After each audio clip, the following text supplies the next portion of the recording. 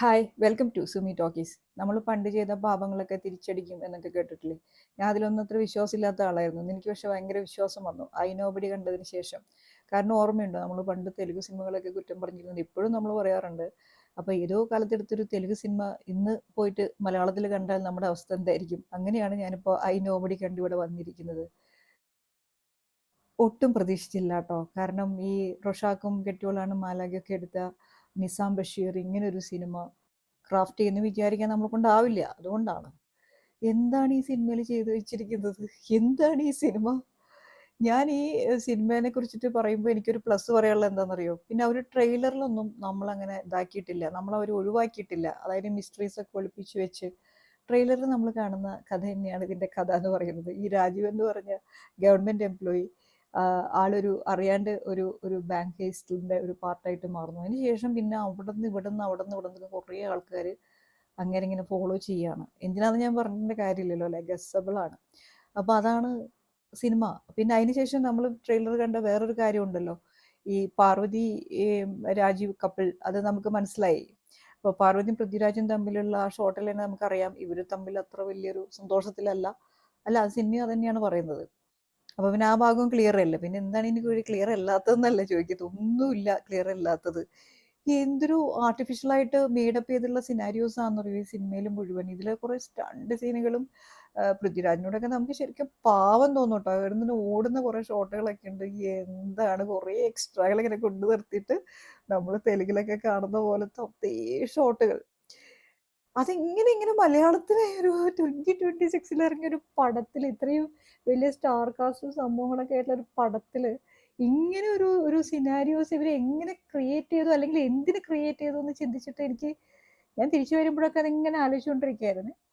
ഞാൻ ഈ സിനിമ കണ്ടതൊരു നട്ടുച്ചയ്ക്കാണ്. എനിക്ക് വിശന്നിട്ട് ഒരു രക്ഷയുണ്ടായില്ല. അപ്പം ഞാൻ ഈ ഫസ്റ്റ് ഹാഫ് ഇങ്ങനെ വളരെ ഫസ്റ്റ് ഹാഫിൽ തന്നെ നമുക്ക് ഇതിൻ്റെ ഐഡിയ ഒരു പിടി കിട്ടി. ഇതൊരു സ്ലിപ്പറിയാണ്, തുടക്കം മുതൽ ഇത് കയ്യിൽ നിന്ന് പോയിട്ടുള്ള ഒരു സിനിമയാണ്. എന്നാലും നമ്മൾ വിചാരിക്കുമല്ലോ, നമ്മൾ പ്രതീക്ഷകൾ തീർച്ചയായിട്ടും ഉണ്ടാവുമല്ലോ സെക്കൻഡ് ഹാഫിലൊക്കെ.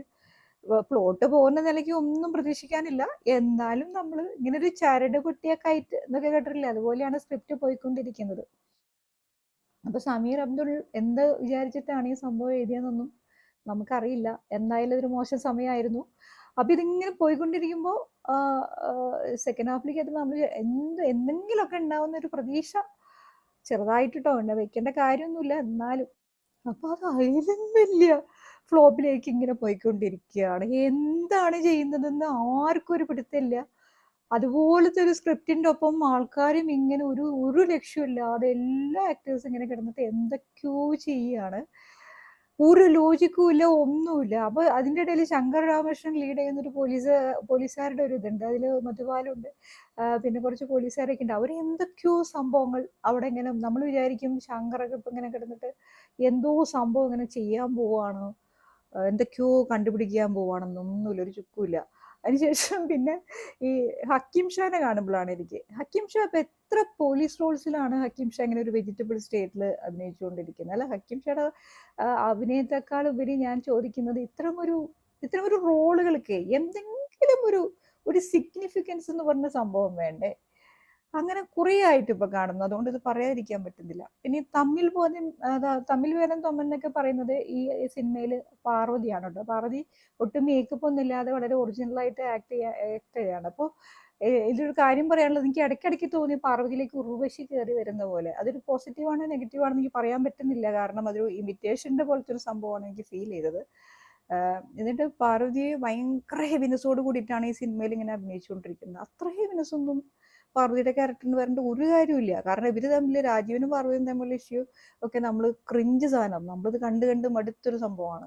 അപ്പൊ അതിനൊന്നും ഇത്ര വലിയൊരു ഹെവിനെസിന്റെ ഒന്നും ആവശ്യമില്ല. എന്നാലും പിന്നെ കുഴപ്പമില്ല, ഞാൻ പറഞ്ഞല്ലോ, പാർവതിയാണ് ഒരു തമ്മിൽ ഭേദം. അപ്പൊ നമ്മള് ഒരു നല്ല കാര്യമായിട്ട് കാണുന്നു, ഒരാളെങ്കിലും ഉണ്ടല്ലോ എന്നുള്ള രീതിയിൽ കാണുന്നു.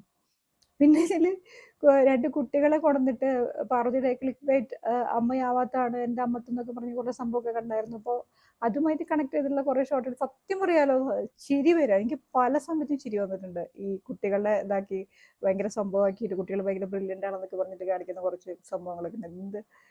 നമ്മളെ ചിരിപ്പിച്ച് കളയും അത്തരം ഷോട്ടുകളൊക്കെ. പിന്നെ ഇങ്ങനെ ഇങ്ങനെ ഇങ്ങനെ പോയി. ഇപ്പൊ എല്ലാവരും ആയല്ലോ. മീഡിയക്ക് ഒരു സ്വസ്ഥതയും കൊടുത്തിട്ടില്ല ഈ സിനിമ. തലങ്ങും വിലങ്ങും ഇങ്ങനെ മീഡിയക്കാരിങ്ങനെ കിടന്നിട്ട് ഇങ്ങനെ വിലസാണ്. ഹാഷ്മിക്കൊന്നും ഒരു റെസ്റ്റ് ഇല്ലാന്ന് തോന്നുന്നു. ശരിക്കും പറഞ്ഞാൽ ബോറടിച്ചിട്ടുണ്ടല്ലോ. കുറച്ച് കഴിഞ്ഞ് ഈ വിശപ്പും കൂടി ഉള്ളതുകൊണ്ട് എനിക്കിങ്ങനെ ഇറങ്ങി ഓടാൻ തോന്നിയിരുന്നു ഈ സിനിമ കണ്ടുകൊണ്ടിരിക്കുമ്പോൾ. പിന്നെ ഞാൻ വിചാരിച്ചു എന്താ പിന്നെ അവസാനം വരെ ഇരിക്കാം എന്ന് ചോദിച്ചിട്ട് കണ്ടതാണ്. ഞാൻ ഇനി ഒരു ഒരു ആൾക്കാരും കൂടി വരാനുള്ളൂ ഈ സിനിമകളിൽ ഞാൻ എൻ്റെ മനസ്സിൽ വിചാരിച്ചു. അവരെയും കൂടി കൊണ്ടുവന്നു. അതായത് പൊളിറ്റീഷ്യൻസ്. ഇനിയിപ്പോൾ കൊണ്ടുവന്നപ്പോൾ ചെറിയ രീതിയിലൊന്നുമല്ല കൊണ്ടുവന്നത്. CM-നെ തന്നെ കൊണ്ടുവന്നു. അങ്ങനെ വിജയരാഘവനും രാജീവനും തമ്മിലുള്ള ഒരു ഒരു കോൺവെർസേഷൻ ഒക്കെ ഉണ്ട്. എന്താ ഞാൻ പറയണ്ടേ? അതിന് എനിക്ക് മറുപടി ഇല്ല പറയാനായിട്ട്. നമ്മൾ ഇതുവരെ പറയാതിരുന്ന ഒരു വലിയ സീക്രട്ട് ഇപ്പൊ പറയാം. പൃഥ്വിയുടെ അഭിനയം എങ്ങനെയുണ്ട് എന്നുള്ളത്. എന്താണ് പൃഥ്വി, നമ്മൾ പണ്ട് സിനിമ തുടങ്ങിയപ്പോൾ മൂപ്പരെ പറ്റി പറഞ്ഞിരുന്ന ഒരു സംഭവം ഉണ്ടല്ലോ. ആ പൃഥ്വിരാജിനെ നമുക്ക് ഈ സിനിമയിൽ കാണാൻ പറ്റും. പല സ്ഥലത്തും മൂപ്പരിങ്ങനെ ബ്ലാങ്ക് ആയിട്ട് നിൽക്കുകയാണ്. എന്താണ് ചെയ്യേണ്ടതെന്ന് ആൾക്കും അറിയില്ല. ഇത് ഡയറക്റ്റ് ചെയ്യുന്ന നിസാമിനും അറിയില്ല എന്നുള്ള കാര്യം നമുക്ക് വ്യക്തമായിട്ട് മനസ്സിലാക്കുന്ന ഷോട്ടുകളാണ് ഈ സിനിമയിലെ ഏറ്റവും കൂടുതൽ. ഏതോ ഒരു ലിഫ്റ്റിലുള്ള ഒരു സ്റ്റണ്ട് സീൻ അങ്ങനെ എന്തൊക്കെയോ ആണ് കുറച്ചെങ്കിലും എനിക്കൊരു എന്തെങ്കിലും ഒരു ഇതായിട്ട് കണ്ടത്. പൃഥ്വിയുടെ ഒരു അഭിനയം കണ്ട് ബാക്കി എല്ലായിടത്തും ഒരു ആർട്ടിഫിഷ്യൽ ഒരു ഫേസിൽ ഉപ്പ ഇങ്ങനെ നിന്നുകൊണ്ടിരിക്കുകയാണ്. എനിക്ക് തോന്നുന്നു ആളിത് കൺവിൻസിങ് അല്ലേ. എന്താണിത് പറ്റിയെന്ന് ഒരു പിടുത്തമില്ല. ഇങ്ങനെ പരന്നു പോവാണ്. എവിടെയെങ്കിലും വെച്ച് ഈ സാധനം ഒന്ന് നിർത്തിയാൽ മതി എന്ന് തോന്നുന്ന അത്രയ്ക്കും ലെങ്ത്തും ഉണ്ട് സിനിമയ്ക്ക്. ഇവിടെ അവസാനത്തെ ക്രെഡിറ്റ് ആ സമയത്ത് പോലും നമ്മളിങ്ങനെ ക്യൂരിയസ് ആയിട്ട് നിർത്തി വെച്ചിരിക്കുകയാണ്. എന്തിനാന്ന് എനിക്ക് മനസ്സിലായില്ല. എന്തായാലും sorry to say this on the first itself. I nobody is a total disaster. അതിൽ യാതൊരു തർക്കവും ഇല്ല. Thank you so much for watching.